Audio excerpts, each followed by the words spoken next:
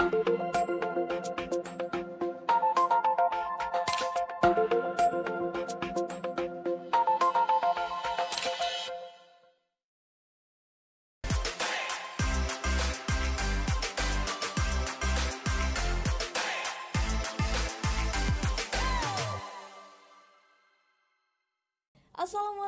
warahmatullahi wabarakatuh.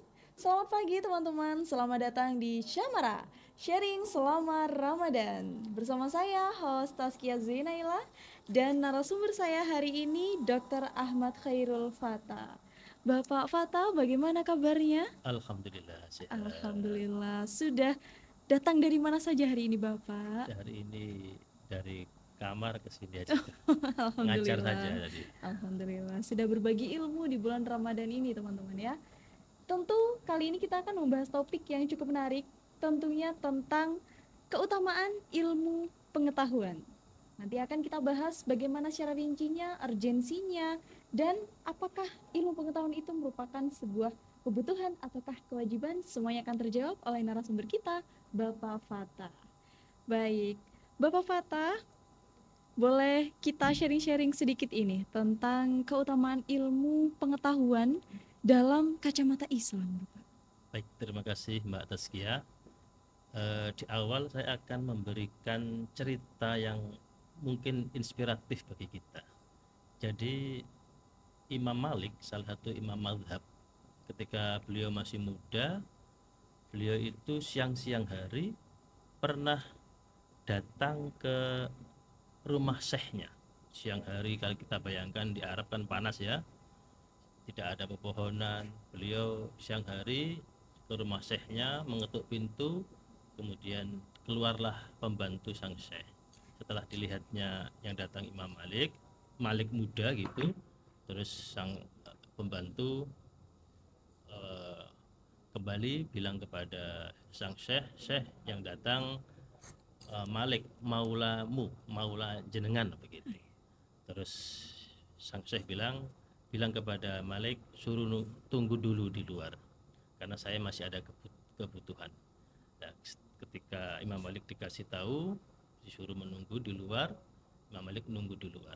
Bayangkan menunggu di luar panas, tapi Imam Malik masih menunggu. Sampai kemudian ketika Malik muda diperbolehkan untuk masuk ke rumah, ketika di dalam rumah Malik belajar bertanya ini itu berbagai macam bidang persoalan dipertanyakan sampai sore baru kemudian pulang.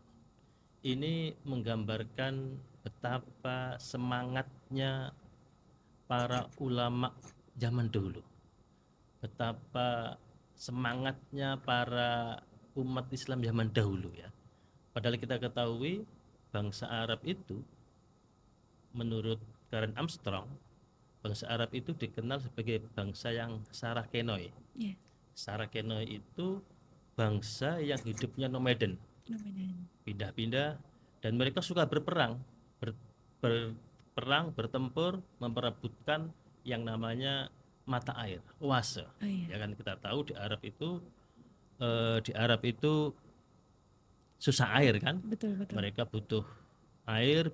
Ketika ada oase terjadilah perebutan. Nah, pertanyaannya adalah bagaimana mungkin bangsa yang Sarakenoi itu di kemudian hari berubah menjadi bangsa yang hebat, unggul. Bangsa Arab juga dikenal sebagai bangsa yang ummi. Ya, tidak punya tradisi literasi. Yeah. Sedikit orang Arab yang bisa baca tulis. Betul. Ya. Tapi kemudian kenapa di kemudian hari bangsa Arab kok bisa menjadi bangsa yang hebat, bangsa yang unggul, Jaya, dan memproduksi pengetahuan. Betul. Ya, kalau kita ketahui di abad pertengahan Eropa dalam kondisi gelap gulita, the dark age gitu kan, Yeah. abad ke-8. Seperti sekarang ada isu Indonesia gelap. Gitu. Nah, padahal di saat yang bersamaan umat Islam dan bangsa Arab saat itu dalam kondisi puncak-puncak kejayaannya. Nah, ini pertanyaan menarik. Kenapa kok terjadi transformasi yang sedemikian hebat, bahkan itu revolusioner ya? Salah satu jawabannya adalah karena bangsa Arab mendapatkan dorongan untuk belajar mencari ilmu.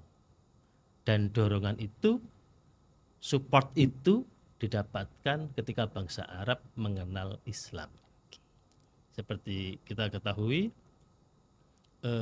Nabi Muhammad itu sangat mengistimewakan ilmu. Gusti Allah juga sangat mengistimewakan ilmu. Ayat yang pertama kali turun adalah Iqra, ya kan? Kita disuruh belajar, disuruh membaca. Iqra bismi rabbikal ladzi khalaq, ya. Terus ada banyak ayat lagi yang menunjukkan keutamaan orang yang berilmu. Yarfa'illahu alladzina amanu minkum walladzina utul ilma darajat. Allah itu mengangkat derajat orang-orang yang beriman dan berilmu, ya kan?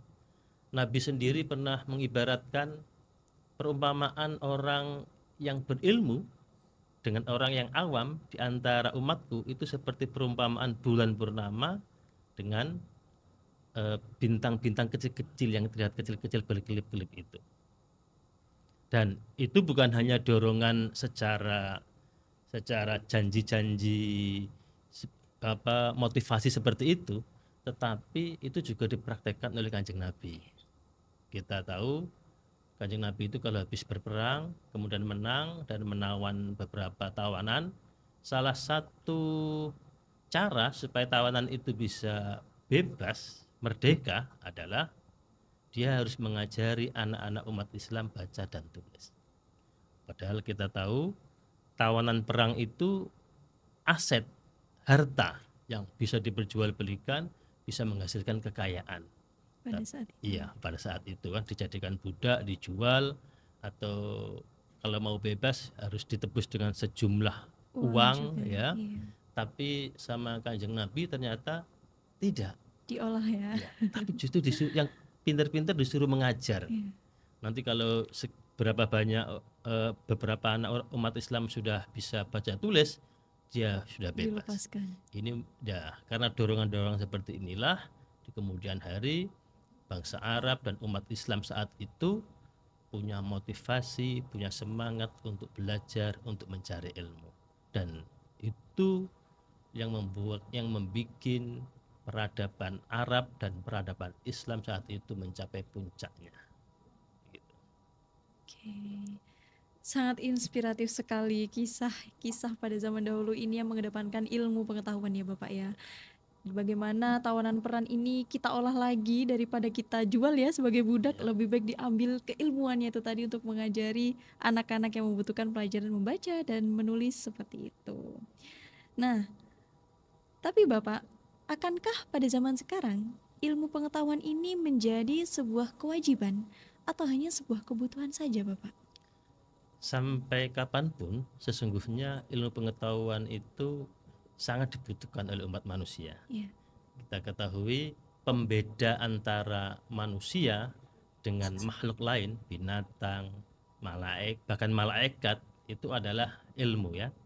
Itu ilmu pengetahuan. Ini bisa kita ketahui dari kisah ketika Gusti Allah mau memberitahukan kepada para malaikat, aku akan menciptakan khalifah di muka bumi. Lalu malaikat bertanya, kenapa jenengan mau menjadikan manusia sebagai khalifah? Nah, kemudian akhirnya kan ditunjukkan sama Gusti Allah. Nabi Adam disuruh menunjukkan nama-nama. Malaikat tidak bisa, Nabi Adam bisa. Dan kita ingat ayatnya itu, wa'allama adamal asma'a kullaha. Di situ Gusti Allah menggunakan kata alama. Alama itu ikut wazan fa'ala yang artinya berulang-ulang. Ya, kalau koto'a memotong, kalau koto'a memotong-motong. Nah, dari sini kita ketahui bahwa ternyata yang membedakan manusia Adam sebagai manusia dengan malaikat itu adalah ilmu, belajar. Bahkan kita dengan malaikat pun bisa berbeda kalau kita mau belajar, mau punya ilmu. Betul. Nah, apalagi dengan binatang. Ya, artinya apa? Artinya kalau kita tidak belajar, ya kita nggak ada bedanya dengan binatang. Kita tidak akan bisa lebih mulia daripada malaikat. Ketika Allah membuktikan keputusannya mengangkat Nabi Adam sebagai khalifah, kemudian diuji dengan para malaikat, ternyata keputusan Allah itu betul. Kenapa kok betul? Karena Nabi Adam punya ilmunya. Begitu. Nah, itu dari ayat ini juga kita ada hikmah yang kedua. Hikmah yang kedua adalah karena di situ pakai wazan fa'ala yang artinya itu berulang-ulang, maka kita bisa mengambil pelajaran dalam proses belajar. Kita itu tidak bisa instan. Ya. Tidak bisa sekali jadi, kita sekali belajar langsung pintar, nggak bisa. Karena itu makanya alama, mengajar ngajari ya, berulang-ulang. Bayangkan Gusti Allah saja mengajari Nabi Adam itu berulang-ulang, Tidak hanya satu kali tidak ya. sekali. Iya. Apalagi kita belajar sendiri, maka kita tidak bisa berpikir instan, langsung belajar langsung pengen pintar. Kebanyakan seperti itu Bapak ya. Ya, itu penyakitnya Manusia. zaman sekarang. Zaman sekarang ini terutama Gen Z yang sejak lahir sudah ketemu dengan gadget, itu Jadi serba instan jadi serba ya. instan. Dipikirnya dengan scroll video yang hanya 8 detik itu bisa langsung pinter. Bisa dapat uang gitu ya. Kalau dapat uang mungkin, Oke. tapi kalau dapat ilmu belum tentu kan? Betul. Ya, karena antara ilmu dan uang itu beda. Iya. Dan dalam Islam seperti saya tadi ceritakan, para tawanan perang saja yang itu menjadi aset bisa menghasilkan duit sama Kanjeng Nabi, mending untuk dia disuruh mengajari. Iya. Artinya apa? Sejak awal Nabi Muhammad itu menunjukkan ilmu itu lebih penting daripada kekayaan. Iya, di atas kekayaan ya. Betul. Dan itu bisa kita lihat kisahnya Ibnu Sina. Iya. Ibnu Sina itu usia muda 20-an tahun, beliau sudah menguasai ilmu kedokteran. Suatu saat sang sultan itu sakit.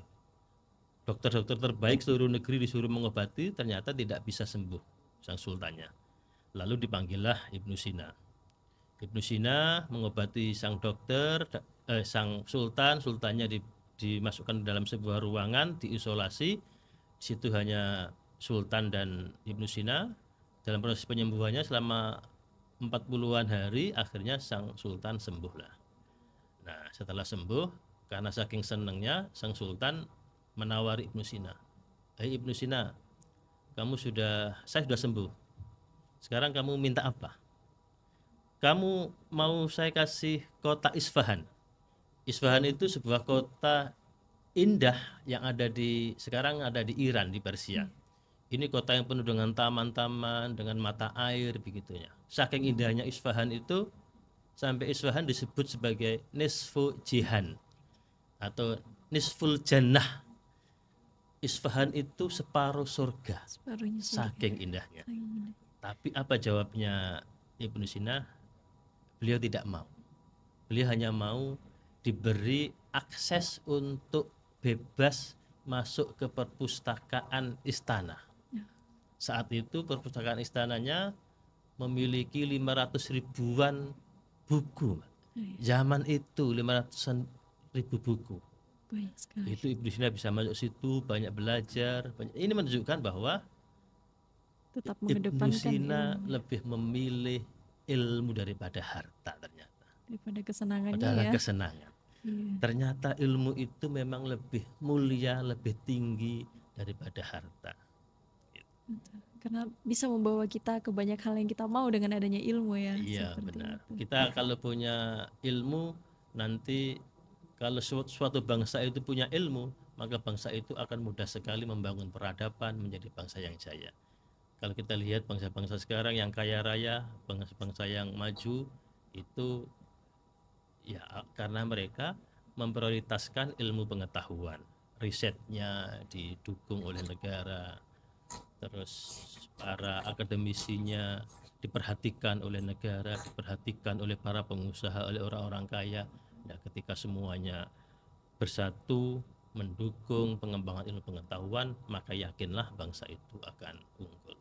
Oke, luar biasa sekali, sangat inspiratif kisah-kisah yang disampaikan dari zaman dahulu yang berkaitan dengan zaman sekarang. Dampaknya kalau kita tidak mempelajari ilmu pengetahuan terlebih dahulu itu bagaimana sih? Malah mementingkan kesenangan kita di dunia saat ini gitu Bapak ya, apalagi Gen Z nih teman-teman ya, yang biasanya masih suka bermalas-malasan sambil scroll-scroll tidak mendapatkan ilmu, lebih baik kita scroll-scroll yang bisa mendapatkan ilmu seperti itu, ilmu pengajaran, ilmu pengetahuan dan lain-lain.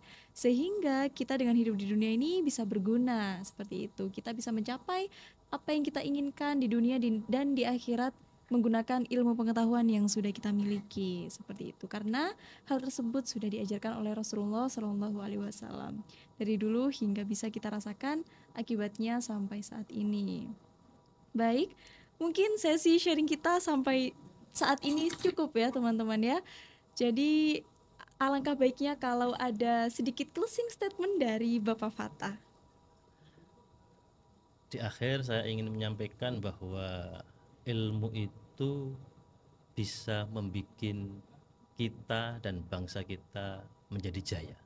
Seperti apa yang dulu pernah dialami oleh bangsa Arab, dari bangsa Deso yang Sarkenoi kemudian menjadi penguasa dunia, menjadi superpower. Nah, kita bisa berefleksi, Allah itu sudah sangat Rahman Rahim kepada bangsa Indonesia.